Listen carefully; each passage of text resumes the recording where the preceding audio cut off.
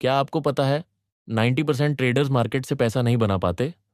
और reason strategy नहीं होते, रीजन होता है उनका दिमाग।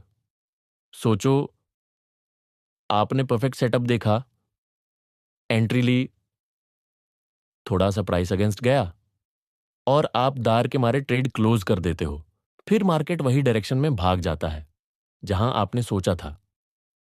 कभी ऐसा हुआ है? अगर हुआ है तो प्रॉब्लम स्ट्रेटेजी नहीं, साइकोलॉजी है। Introduction, calm and serious. आज हम बात करेंगे ट्रेडिंग साइकोलॉजी की। ट्रेडिंग सिर्फ चार्ट, इंडिकेटर और स्ट्रेटेजी का गेम नहीं है। ये 80% माइंडसेट का गेम है और सिर्फ 20% स्ट्रेटेजी का। ज्यादा लोग इंडिकेटर चेंज करते रहते हैं पर अपना माइंडसेट कभी चेंज नहीं करते।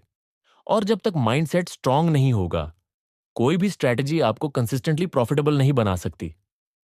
Problem slash challenge, relatable plus real. सबसे बड़ा प्रॉब्लम क्या है? फियर, ग्रीड और इम्पेशंस। फियर क्या करता है? आपको जल्दी प्रॉफिट बुक करने पे मजबूर करता है। आप एक 3 RR प्लान करते हो, लेकिन एक पे ही ट्रेड क्लोज कर देते हो क्योंकि डर लगता है कि कहीं प्रॉफिट वापस ना चला जाए। ग्रीड क्या करती है? टारगेट हिट होने के बाद भी आप ट्रेड होल्ड करते हो, सोचते हो और थोड़ा और आ जाएगा, और फिर पूरा प्रॉफिट लॉस में कन्वर्ट हो जाता है। इंपेशंस, सेटअप बना ही नहीं, लेकिन आपको ट्रेड लेना ही है क्योंकि आपको एक्शन चाहिए, एक्साइटमेंट चाहिए। यही 3 चीजें ट्रेडर्स को बर्बाद करती हैं। डेवलपमेंट, साइकोलॉजिकल बायस एक्सप्लेन सिंपल। चलो थोड़ा और डीप समझते हैं। कॉन्फर्मेशन बायस, जब आप बाय लेना चाहते हो तो सिर्फ वही सिग्नल्स देखते हो जो बाय को सपोर्ट करें।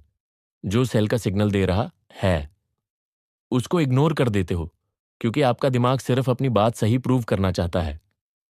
लॉस एवर्जन, छोटा लॉस बुक करना मुश्किल लगता है, ईगो हर्ट होती है, इसलिए स्टॉप लॉस हटा देते हो और छोटा लॉस बड़ा लॉस बन जाता है।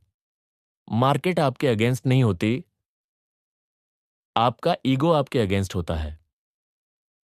Climax, strong motivational shift. यहां से गेम चेंज होता है जब आप समझ जाते हो कि इमोशंस दुश्मन नहीं हैं, लेकिन उनको कंट्रोल करना जरूरी है। तब आप रियल ट्रेडर बनने लगते हो। सक्सेसफुल ट्रेडर्स इमोशनलेस नहीं होते, वो बस डिसिप्लिन्ड होते हैं।